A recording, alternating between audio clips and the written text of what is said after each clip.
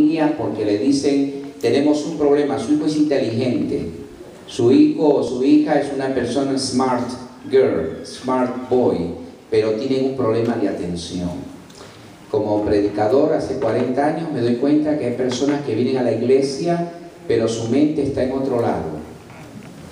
Necesitamos pedirle a Dios que nos ayude antes de nuestra muerte, tener la capacidad de enfocar bien lo que Dios tiene para la iglesia. Amén. Por eso, hermanos, noten ustedes, en Apocalipsis ya el Espíritu Santo quería enseñarle a la congregación algo. En las 7 iglesias se repiten a veces las palabras. Ustedes han visto al último, le dice, atención, pay attention, lo que el Espíritu le dice a las iglesias. Gloria a Dios. Miren, hermanos, lo que hablamos nosotros desde aquí tiene un valor para alguien de una manera y un valor de otra. ¿Por qué? Porque el Espíritu Santo tiene una multifacética forma de impresionar tu corazón. Amén. Aquí nadie que ha venido, algunos han venido apretujados, el tiempo les ha ganado, han tenido que hacer cosas previas, legales, ilegales, no sé, Dios lo sabe. Cada uno viene con su propia circunstancia, no todos podemos venir con una sonrisa, no todos podemos venir con el mismo gozo. Es imposible que aquí nosotros querramos decir, a ver cuántos están alegres y cuántos no. No podemos fiscalizar eso, porque cada cual tiene su propia circunstancia. Sin embargo, el Señor ha prometido gozo, como fruto del Espíritu Santo, ¿verdad? Y nosotros lo que tenemos que pedirle a Dios es que justamente en esa sintonía que tenemos con el cielo, esa conexión con Dios, pues provoque en nosotros ese gozo que no es de este mundo, que es un gozo sobrenatural. Y esta mañana, hermanos, me alegro de poder ver el rostro de personas que ya conocí, pero también me alegro de ver rostros nuevos. Bendito sea el nombre del Señor. Eso significa que la palabra de Dios está corriendo. La palabra de Dios siempre va a correr y siempre va a tener éxito. Siempre, siempre va a tener éxito. Gloria a Dios por esto. Este púlpito me hace recordar algo muy interesante. Cuando yo fui a estudiar al seminario allá en Perú, en South America, resulta entonces, hermanos, que la pizarra era pero tremendamente alta, ¿entienden? Y los maestros, los profesores, los pastores eran de mi estatura, e inclusive hasta más bajitos. Así que otros eran los que tenían que borrar ¿y cuál era la razón? Y esto, hermanos, esto introduce al tema de esta hora, la identidad. Los que pues llevaron el Evangelio, como lo predica la denominación adventista del séptimo día, hermanos, eran americanos. Y ellos, entre uno de los talentos que tenían, era que eran bien altos. Porque ese es un talento, ¿saben ustedes? Ese es un talento. Igual los que son pequeños también, ese es un talento, ¿verdad? Pero, sí, hermano, miren ustedes. El pastor Rodríguez, que Dios me lo tenga con bien, aunque ya es un hombre de bastante edad, donde quiera que esté ahora, el Señor me lo cuide. Tremendo maestro, tremendo profesor. Él un día tenía que borrar el pizarrón, ¿verdad?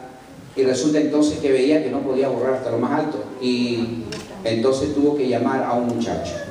Y uno de los muchachos más altos del aula. Y entonces le dijo que borrara y borró. Y entonces él introdujo el tema de la educación cristiana. Él habló acerca de los talentos. Aún la fuerza física es un talento. Miren usted, la fuerza física, el vigor que la persona tiene, lo puede usar para la gloria de Dios, ¿verdad? Entonces, hermanos, esta mañana, pues ellos lo que hicieron esto lo hicieron a su medida, ¿verdad? Yo no sé quién se le ocurrió, no sé si algún jugador de básquetbol, ¿verdad? Tal vez. Pero nosotros, hermanos, nos acomodamos y nos adaptamos a lo que encontramos. Esto no es un imposible para un predicador o una persona, una predicadora que sea bajo estatura. Nosotros podemos hacer la obra de Dios bajo cualquier circunstancia. Eso, cuando no perdemos de vista nuestra identidad. Y lo vamos a descubrir esta mañana. El Señor abra nuestro entendimiento. Entonces, miren ustedes, hermanos, la lectura bíblica. ¿Dónde se encuentra la lectura bíblica, hermanos? Salmo 106. El tema, en realidad, podrían ustedes ponerle un título. Yo le puse cosas que hay que hacer para salir de un estado de marchitación, o cómo evitar que usted se marchite. Ustedes saben, hermanos, que una de las cartas escritas en Apocalipsis a una iglesia que prácticamente tenía muchas cosas buenas, increíblemente, hermano, una iglesia que tenía mucho mérito, el Señor lo pone casi por encima de todo, es la carta a los Efesios. Pero la carta a los Efesios, a la iglesia, perdón, de los Efesios, el mensaje tiene allí un mensaje bien vamos a decirlo así, bien sensible, porque dice: pero tengo una sola cosa contra ti. ¿Cuál era? ¿Qué era lo que ellos estaban perdiendo, o que habían algunos perdido? Han perdido su primer amor. Hermano, eso es fatal, ¿sabes? Cuando uno pierde el primer amor es como marchitarse. Y yo no sé cuántos han visto una flor cuando está en toda su esplendor, pero cuando ya pasan algunos días ocurre que se marchita. Y es bien triste, ¿verdad? En la vida cristiana, en la vida espiritual, hermanos, hay vidas que se están marchitando. Y nadie aquí está exento de marchitarse. Porque el enemigo ha estudiado tu personalidad, él sabe tu background, e inclusive ha estudiado tus genes. Él sabe quién fue tu tatarabuelo y sabe qué maldiciones a veces generacionales estás arrastrando. Y él está estudiando la mínima porción de tu descuido, el mínimo momento en que tú te descuidas, es de tu vida piadosa práctica. Y entonces él ataca ahí.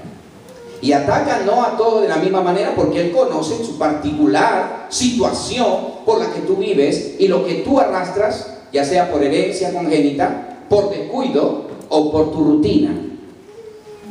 Espero, hermanos, que ustedes puedan seguirme. Yo voy a hablar rápido, porque este es un asunto de un tremendo valor, como todo lo que tiene el Señor de mensaje cuando el Señor nos visita. Amén. Hermanos, marchitarse dentro de la iglesia de Dios es lo mismo que un título que un día un pastor le dio a su programa, y esto causó un revuelo. Mucha gente que no tiene costumbre a veces de ir a la iglesia, especialmente en grandes instituciones de estudios y todo lo demás, tanto se habla de Dios allí, estudios, seminarios, etcétera, que hay gente que no tenía. Pero este pastor después declaró por qué le puso ese título al tema. Era el año 80 por allí, y el título era perdidos en la iglesia. ¿Cómo es esto que perdidos en la iglesia? ¿Está supuesto que el que viene a la iglesia está salvo? Pero él predicó acerca de perdidos en la iglesia, y todavía fue más duro cuando dijo: los pastores también se salvan. Ese era un título del tema que nadie quería perdérselo. ¿Cómo es esto de que los pastores también se salvan? Es como en algunos negocios en Patterson, donde algunos gringos estuvieron un poco molestos porque el título decía, ahí en el store decía: aquí también se habla inglés, como dando a entender que el inglés es su segundo idioma, no es el primer idioma. ¿Me estoy dejando entender? Hermanos, nosotros estamos llamados a pedirle a Dios que Él realmente sea el agua de la vida. Amén. El manantial, para que esa refrescante permanencia de esa agua nos permita permanecer verdes, que da fruto a su tiempo. Porque Dios nada, igual que la naturaleza, nada hace apresuradamente. Dios, hermanos, quiere que tú mantengas esa frescura, pero esa frescura es el resultado de una relación constante, una relación íntima. No puede ser una relación cualquiera, no puede ser una relación superficial, no puede ser una relación puramente religiosa, litúrgica, no, o esas relaciones que son, ¿cómo le dicen? Cuando es algo que solamente se presenta en las emergencias. Hay gente que se ponen eufóricas, hay gente que se vuelven espirituales, cuando claro, si el doctor le dice: arregla tus maletas, porque ¿qué maletas? Arregla tu vida, porque ya no hay más que hacer contigo. Solamente en las emergencias hay personas que se ponen muy eufóricas en su vida espiritual. Pero habrá manera de mantener esa frescura.